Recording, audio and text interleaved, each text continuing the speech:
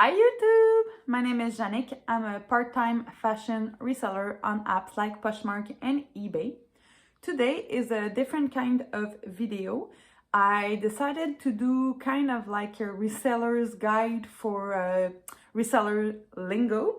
So every acronym that we use on a daily basis that people outside of reselling don't have a clue what it means.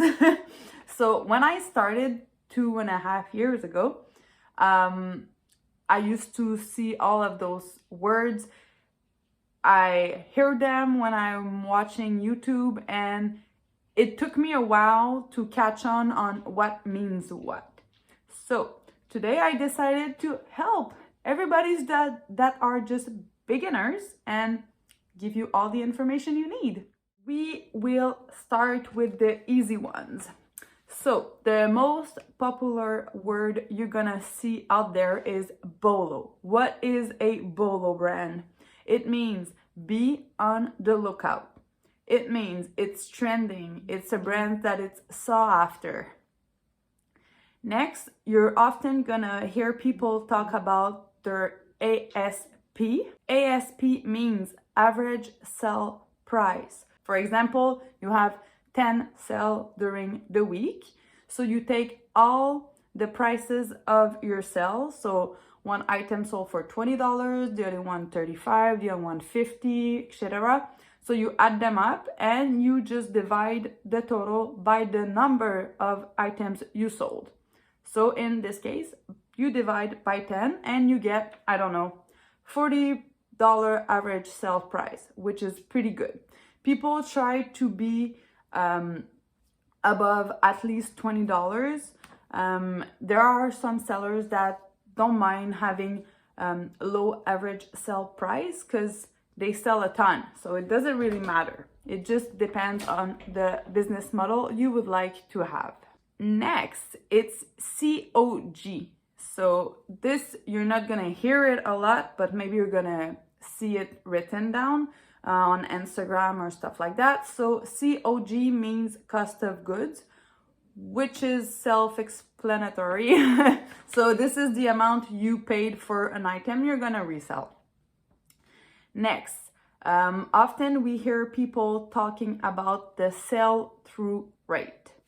I don't really work with that, but from my understanding, a sell-through rate is the percentage of listed items versus the number of items that have sold.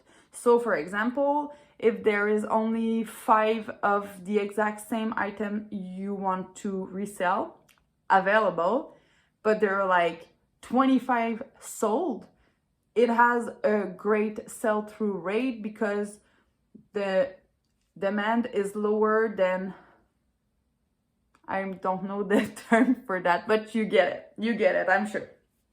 Next. So next we have comps. Everybody talks about do your comps.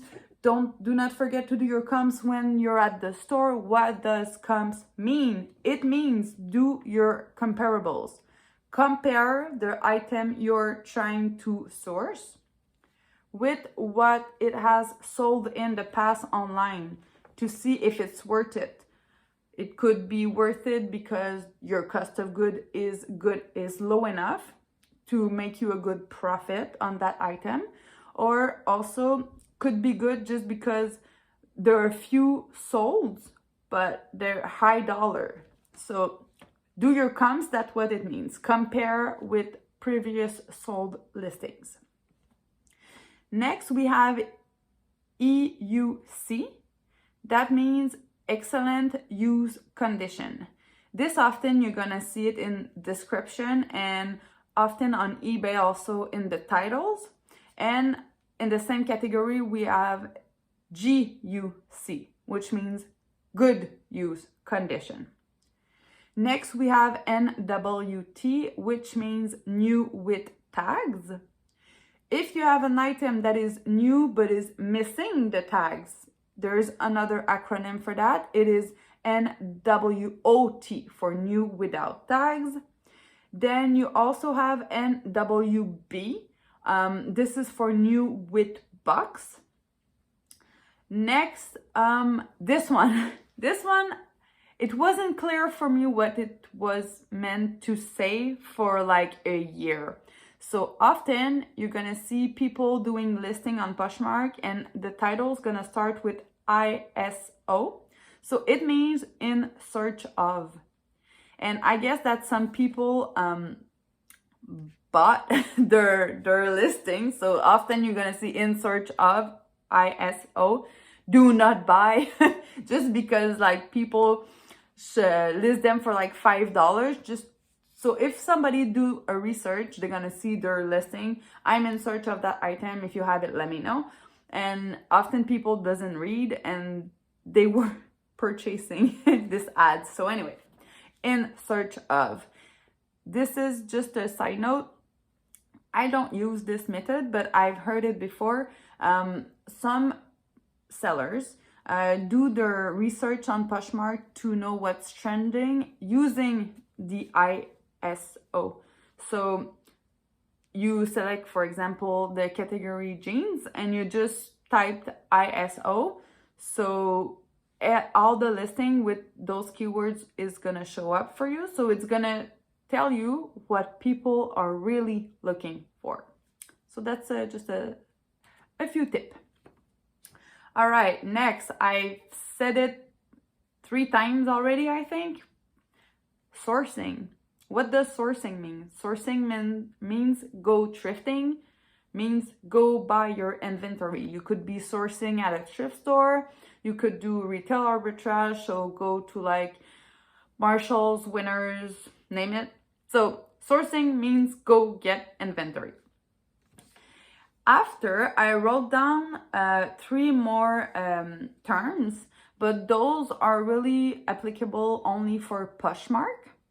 So I have CCO, which means closet clear out. This is an event that Poshmark do, I think it's twice a week. During that day, you need to low down your pricing by at least 10%. And everybody that liked that item is gonna receive a notification and a shipping discount that will not come out of your pocket. Because if you haven't already offered a shipping discount on items in your store, you're gonna see that the $3.50 you offer to your buyers, you're the one who pays it. So closet clear out day is an occasion for you to maybe let Poshmark take care of that discount shipping. Next, we have OTL, which basically just means offers to likers. So this is an option in Poshmark. When you have a few likers on an item, you could do it if there's only one. You just go and select offers to likers. So it's gonna send the same offers with a discounted shipping to everybody who liked your item. On eBay, there's the same thing, but it's called send an offers to watchers instead of likers, but it's exactly the same thing. And after that, I'm just gonna explain the bundle feature on Poshmark, because I know that people that comes from another site, sometimes they just get mixed up because you see the bundle has your cart, but on Poshmark, you cannot have a cart full of an item from this seller and another one from this seller. It doesn't work that way. You have to bundle items from the same seller for it to be a bundle. So just so you know, because at first I was like adding stuff to my bundle and I didn't understand why when I opened it, the first items I added like an hour prior were not there.